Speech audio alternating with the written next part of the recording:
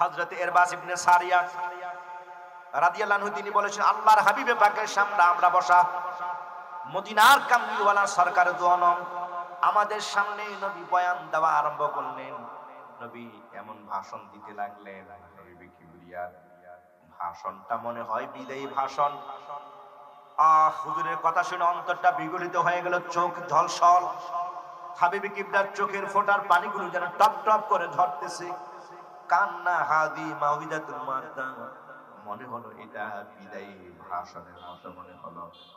নবী আমার বললেন, ও আমার সাহাবীরা, তোমরা আমার পরে যারা জীবিত থাকবা, নবী পাক বললেন, তোমরা অনেক অনেক মতবাদ তোমরা দেখবা, বাপ দাদা 14 গোষ্ঠী যেগুলো দেখে নাই এমন এমন মতবাদ গুলো এখন দেখা যায়। কথা কানা ঠিক না? ঠিক।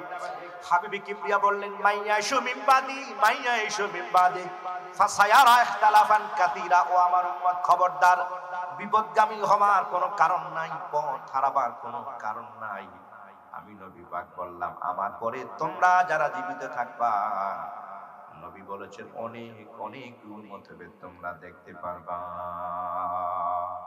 হুজুর বলে গেলেন, খবরদার আমার সাহাবীরা, সাবধান ও আমার উম্মত, ওই মুহতামি সাহেবের আমল দেখে ওইদিকে যাইও না, মুহাদ্দিস সাহেবের কথা শুনে এইদিকে যাইও না, না না, মুফতি সাহেবের কথা শুনে ওইদিকে ঈমান হারা করে দেওয়া হয় না। নবী আমার বলেছেন, ও আমার সাহাবীরা, ও আমার উম্মত, আমি এবং আমার সাহাবায়ে কেরামরা যেই মত আর যেই পথের উপরে আছি, আমার মত আমার সাহাবায়ে কেরামদের মতে আর পথে যারা আছে, এরাই হলো আহলে সুন্নাত ওয়াল জামাত। আর জোরে কান সুবহানাল্লাহ। এখন দুই একটা एग्जांपल দিলে বাকি আপনি বাড়িতে যায় মিলে নেবেন ভাইরা আমার। এখন নবীর কথা সাহাবীর কথা যদি এক হয়, জোরে কোন সুবহানাল্লাহ। নবীর মতে আর সাহাবীদের মতে যদি আপনার মত হয়, তাহলে আপনি ঠিক আছেন। নবীর মতের বাইরে, সাহাবায়ে কেরামদের মতের বাইরে আপনার মত, তাহলে বোঝা গেল আপনি ওই সঠিকের মধ্যে নাই, আপনি হইলেন 72 মধ্যে। কথা কোন ঠিক না? ঠিক। এই ভাইরা আমার, নবীর কথার মতে যদি আপনি থাকেন, সাহাবায়ে কেরামদের মতের উপরে যদি আপনি থাকেন, তাহলে আপনি আছেন আহলে সুন্নাতের উপর। কথা কোন ঠিক না? ঠিক। আর নবীর কথার বাহিরে যদি আপনি হন, সাহাবায়ে কেরামদের বাহিরে যদি আপনার মত হয়, তাহলে আপনি আছেন কত নম্বর দলের? এইটা বুঝলেন? জোরে কোন কত নম্বর? এই আওয়াজ করে বলেন, কত নম্বর? কথা কয় না অনেক, তাহাই হিসাব আইলে এদিকে কথা কইতে হতো, জিকির ফিকির করতে হতো, জোরদের লেগে চুপে রইছে, কথা কয় না সব। সম্মানিত হাজিরিন, আইতে আছে ইনশাআল্লাহ, অল্প সময়ের মধ্যে আসতে আছে। হাবিব কিবরিয়া সরকার দু আলম বললেন, হে সাহাবায়ে কেরাম, আমার মত আমার সাহাবায়ে কেরামদের মত, আমার মত আমার সাহাবায়ে কেরামদের মত, এই মতের উপরে যদি তোমার মত ঠিক থাকে, তাহলে তুমি আহলে সুন্নাত ওয়াল জামাতের উপরে। জোরে কোন সুবহানাল্লাহ। আমার মত আমার সাহাবায়ে কেরামের মতের বাহিরে তোমার মত, আমার মত আমার সাহাবায়ে কেরামদের মতের বাহিরে তোমার মত, তাহলে তুমি আছো কত নম্বরে? এ ভাই জোরে কোন কত নাম্বার? এখন দুই একটা আমি एग्जांपल দেই ভাইয়ের আমার। সম্মানিত হাজিরিন, আল্লাহর হাবিবে পাক সরকার দু আলম বললেন, ইন্নী ওয়ালিদতু সহিহ জামে তিরমিজির হাদিস আন ইবনে আব্বাস রাদিয়াল্লাহু তাআলা আনহু ক্বালা ক্বালা রাসূলুল্লাহ সাল্লাল্লাহু আলাইহি ওয়াসাল্লাম, ইন্নী ওয়ালিদতু মাখতুনান ওয়া ইন্নী ওয়ালিদতু মাখতুনান মাসরুরান, ইন্নী ওয়ালিদতু মাখতুনান মাসরুরান ওয়া ইন্নী ওয়ালিদতু মালবুসা। জবান খুলে কোন সুবহানাল্লাহ। নবী পাক বললেন, ইন্নী ওয়ালিদতু মাখতুনান মাসরুরান ওয়া ইন্নী ওয়ালিদতু মালবুসান লাম ইয়ারা আহাদুন সাওয়াতি, রাওয়াহু তিরমিজি কামা ক্বালা আলাইহিস সালাম। নবী পাক বলল, এই পৃথিবীতে আমার মিলাদ হয়েছে খতনা অবস্থায়, এই পৃথিবীতে আমার মিলাদ হয়েছে জান্নাতি লেবাস পরিধান করে আমার মিলাদ। এখন যারা বলবো মিলাদ নাই, নবীর মতের পক্ষে না বিপক্ষে?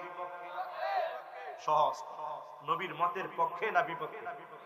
তাহলে হাবিবে কিবরিয়া বলেছেন, মা আনা আলাইহি ওয়া আসহাবি, আমি আমার সাহাবী, আমি আমার সাহাবায়ে কেরামের যেই মত আর যেই পথ, এই মত আর এই পথ হলো আহলে সুন্নাত ওয়াল জামাত। আমার মতের বাহিরে, আমার সাহাবায়ে কেরামের মতের বাহিরে এই মতটাই হলো ফিরকায়ে বাতিলা 72। কথা কোন ঠিক না? ঠিক। তাহলে এখন যারা বলবে মিলাদ নাই, তারা কত নম্বরে? এ ভাই জোরে কোন কত নম্বরে? সম্মানিত হাজিরের, কোন সাহাবায়ে কেরাম বলে নাই নবী তোমার মতো আমার মতো, কোন সাহাবী বলে নাই নবী তোমার মতো আমার মতো, বরং হাবিবে কিবরিয়া বলেছেন, এই খবরদার, আমি তোমাদের কাহারো মতই নই। জবান খুলে আল্লাহু আকবার। বরং নবী বলেছে আইয়ুকুম মিসলি, এই এই এই কে আছে আমার মতো, এই কে আছে আমার মতো, এদিকে তাকে না বুঝাইতেছে নবী পাক বলে এই কে আছে আমার মতো। সাহাবা کرام একজন আরেকজনের দিকে তাকায়, আরেকজনকে মিলাইবেন কি? হুজুর ইশারা করলে চার দুই টুকরা হয়ে গেছে, জোরে করুন সুবহানাল্লাহ। নবী ইশারা করলে ডুবন্ত সূর্য উঠে গেছে, মিলাবেন কেমনে? এ ভাই, নবী পাক বলেছে আমি তোমাদের কাহারো মতই নই, জোরে করুন সুবহানাল্লাহ। সাহাবা کرامরা ডানে আর বামে হিসাব মিলাতে গেলে নবী পাক বললেন না না সাহাবীরা, হিসাব মিলাবার দরকার নাই, হিসাব মিলাবার দরকার নাই। এর লাস্তু কা আহাদিম মিনান নাস, সহিহুল বুখারী জিলদ আউয়াল কিতাবুস সিয়াম, সহিহুল বুখারী জিলদ আউয়াল কিতাবুস সিয়াম অধ্যায়ে রয়েছে। নবী পাক বলেছেন আমি পৃথিবীর কোন মানুষের মতো নই।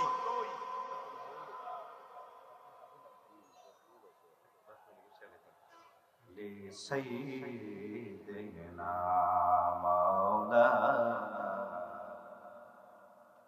সম্মানিত হাজিরিন, তাহলে এই কথাটা আপনার কাছে আমার কাছে স্পষ্ট হয়ে গেল।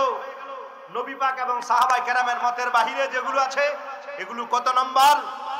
জোরে কোন ভাই, কত নম্বর? 72 নম্বর। তারা নবী পাক সরকার দো আলম মিলাদের কথা আমার নবী নিজে বলে গেছেন। এর বাহিরে যারা আছে তাদের মতগুলি হলো 72। কথা কোনা ঠিক না বেঠিক?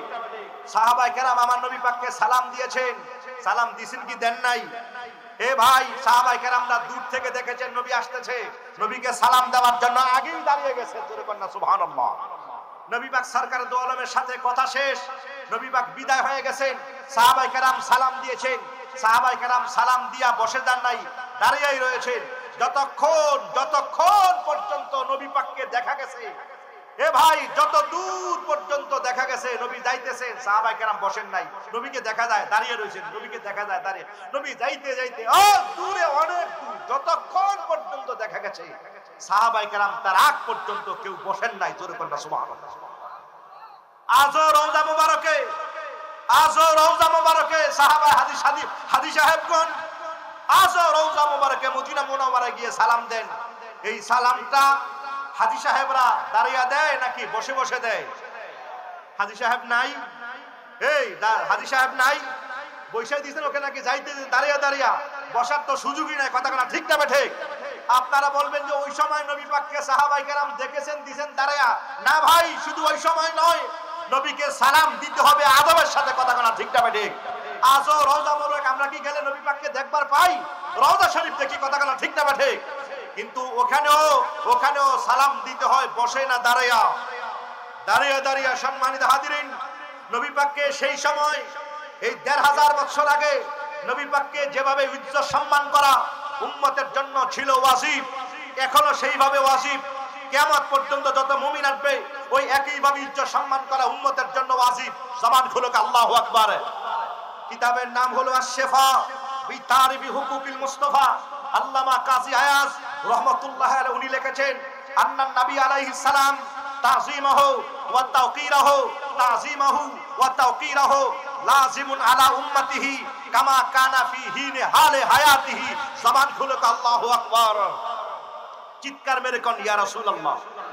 এই পৃথিবীর মানুষ ১৫০০ বছর আগে হীন হায়াতে আমার নবী পাককে যেইভাবে ইজ্জত করা সম্মান করা উম্মতের জন্য ছিল ওয়াজিব, নবীর সাহাবায়ে কেরাম তার পরবর্তী যুগ ১০০০ বছর বলো, ১১০০ বছর বলো, ১২ বছর বলো, ১২০০ বছর বলো, ১৫০০ বছর বলো, এখন থেকে কিয়ামত পর্যন্ত যারা আসবে, আল্লামা কাজী আয়াজ রাহমাতুল্লাহ উনি লিখেছেন তামাম পৃথিবীতে কিয়ামতের আগে যত মুমিন মুসলমান আসবে ওই একইভাবে ইজ্জত সম্মান করা উম্মতের উপরে ওয়াজিব হয়ে গেছে। আর জোরে বল আল্লাহু আকবার। তাহলে সেইভাবে সেই সময় যেইভাবে সম্মান করা হতো, এখন নবীর নাম শুনলে সেইভাবে তাজিম করা উম্মতের জন্য ওয়াজিব হয়ে আছে। জোরে বল না সুবহানাল্লাহ।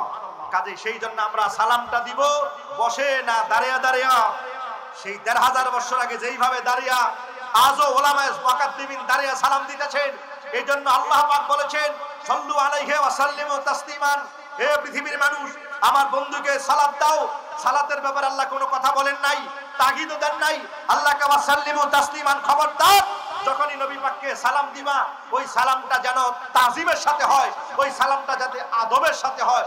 ওই আদব আর তাজিমটাই হলো দাঁড়িয়ে দাঁড়িয়ে সালাম পেশ করা। জবান খুলে দাও সুবহানাল্লাহ। এজন্য এই পৃথিবীর সমস্ত হক্কানি উলামা মুহাক্কিকিন রব্বানিগণ সারাটা জীবনভর আমার নবী পাককে সালাম দিয়েছেন। কেউ বসে দেন নাই, বরং সবাই দাঁড়িয়ে দাঁড়িয়ে সালাম দিয়েছেন।